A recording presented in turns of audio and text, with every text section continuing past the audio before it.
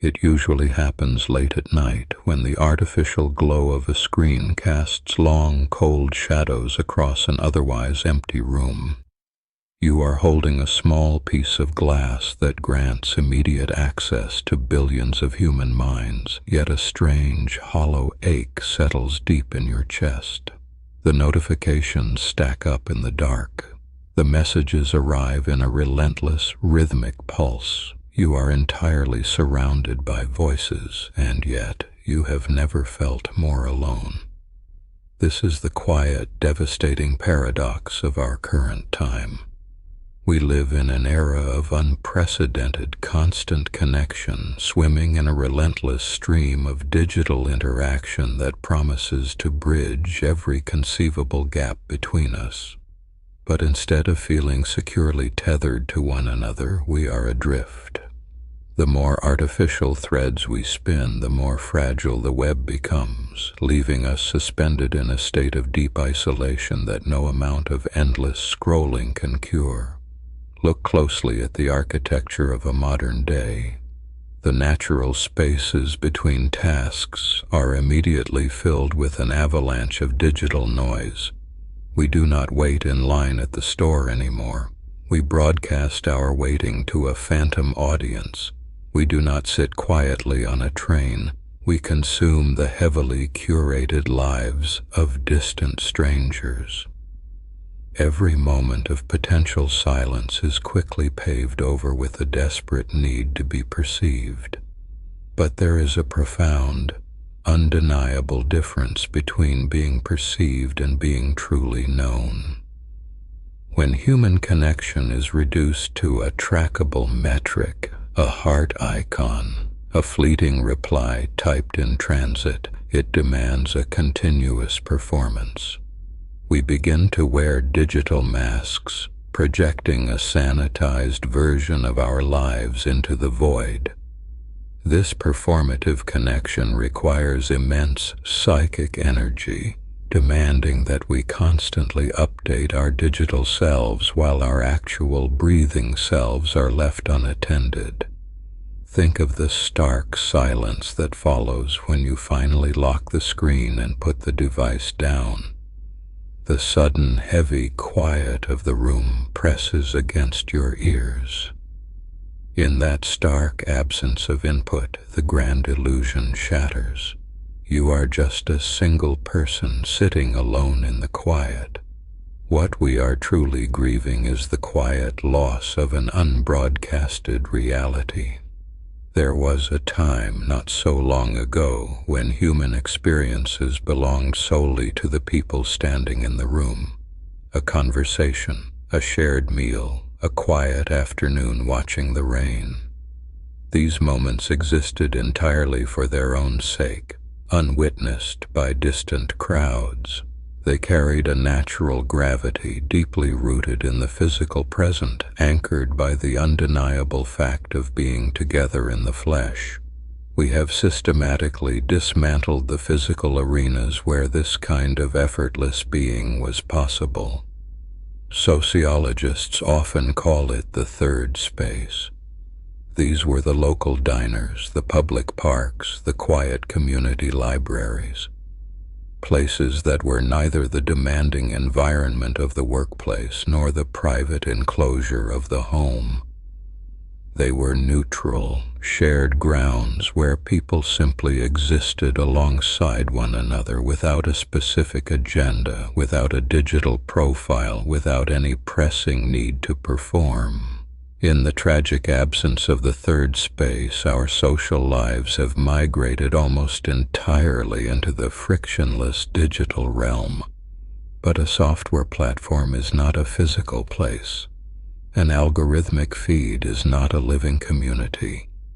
When we try to squeeze the ancient need for human bonding through the narrow bandwidth of a screen, something essential is stripped away. We receive the raw information of connection, but we are entirely denied the physical resonance of genuine presence. This creates a unique modern form of bone-deep exhaustion. You are constantly on call, perpetually available, forced by the architecture of the network to maintain a low hum of social vigilance at all hours. It is an anxious, hovering state of hyperconnection that relentlessly drains the human spirit. You are everywhere and nowhere at once, spread so impossibly thin across so many digital surfaces that the very core of who you are begins to feel transparent. Thousands of years ago, long before the first invisible signal broadcast through the air, the true nature of companionship was already understood. The ancient Epicurean philosophy placed an immense central value on friendship, viewing it as the highest form of human security and joy. But Epicurean friendship was never about amassing a vast network of superficial acquaintances. It was about physical proximity, shared meals, deep philosophical inquiry, and the quiet, unshakable comfort of mutual trust.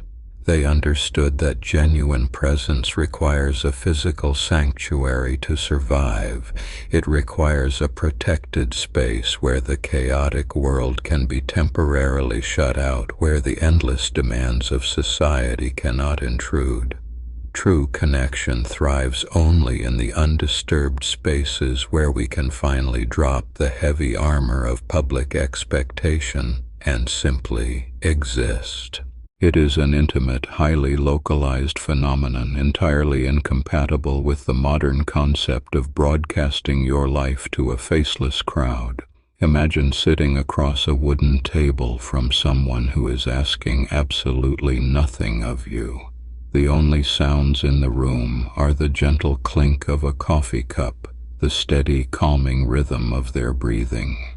There is no audience waiting to judge. There is no digital record being kept of this moment. It will vanish into history as soon as it passes, and that fleeting, private nature is exactly what makes the moment sacred. To reclaim this sacred feeling, we must first find the courage to confront our own deep fear of true solitude. The constant connection we so desperately crave is very often a shield, a convenient way to avoid facing the quiet, sometimes uncomfortable reality of our own internal minds. We use the endless digital chatter to drown out the vast internal silence. But solitude is not the enemy of connection.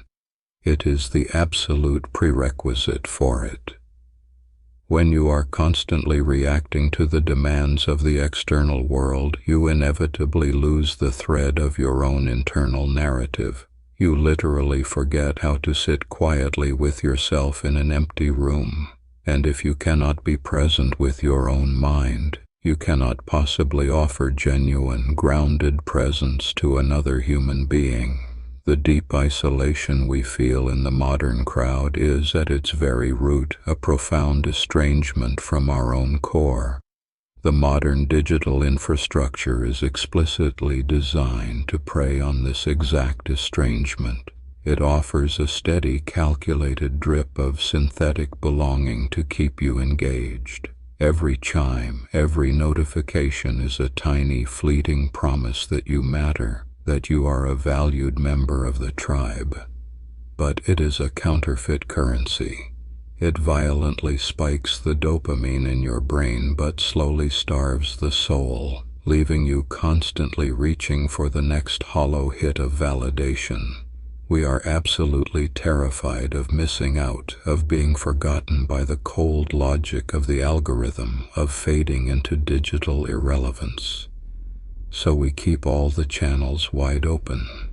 We sleep with our devices resting just inches from our heads in the dark.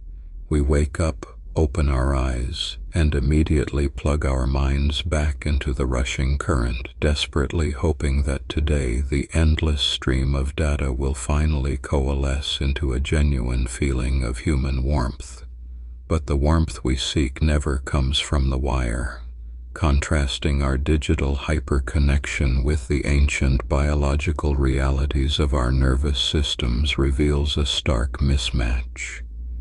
We are physical creatures, evolved over millions of years to read micro-expressions, to feel the subtle shifts in a room's temperature, to subconsciously synchronize our breathing with the people sitting directly next to us. Our bodies know instantly when we are truly with someone, and they know exactly when we are being fed a lifeless simulation. Pay close attention to the physical sensation in your body after a long, unbroken string of digital interaction. Notice the subtle tightness in your jaw, the shallow, restricted nature of your breath, the strange, buzzing fatigue resting heavy behind your eyes. Your body is trying to tell you the truth. It is telling you that despite the thousands of words exchanged across the network, it is starving for reality. Healing this modern fracture does not require casting away all technology or retreating to a remote cabin on a mountaintop. It requires something much harder. It requires a deliberate, fierce act of daily remembrance. It requires remembering that your focused attention is the most valuable currency you will ever possess, and that where you choose to direct it ultimately dictates the texture and meaning of your entire life. We must begin to intentionally carve out protected spaces of unbroadcasted reality. We must resurrect the concept of the third space in our own daily lives, even if it is just a quiet corner of a room, an empty bench in a local park, or a long walk taken without a device. We have to actively practice the lost, beautiful art of being entirely unreachable. When you first step away from the noise, the initial instinctual reaction is very often panic. The sudden withdrawal from constant connection can feel like a terrifying drop in altitude. The silence of the physical world feels far too loud. The burning urge to check, to scroll, to verify your own ongoing existence through the digital eyes of the network will be nearly overwhelming. But if you can manage to stay in that sharp discomfort, if you can hold your ground against the powerful tide of the digital pull, the panic eventually begins to subside. The noise fades into the background, and what rushes in to fill the newly created void is not loneliness, but a striking clarity, a grounded, undeniable sense of your own physical weight resting in the world. This is the quiet, triumphant return to presence. It is the deep realization that you do not need to be constantly perceived by a crowd in order to exist. Your fundamental worth as a human being is not determined by your digital visibility.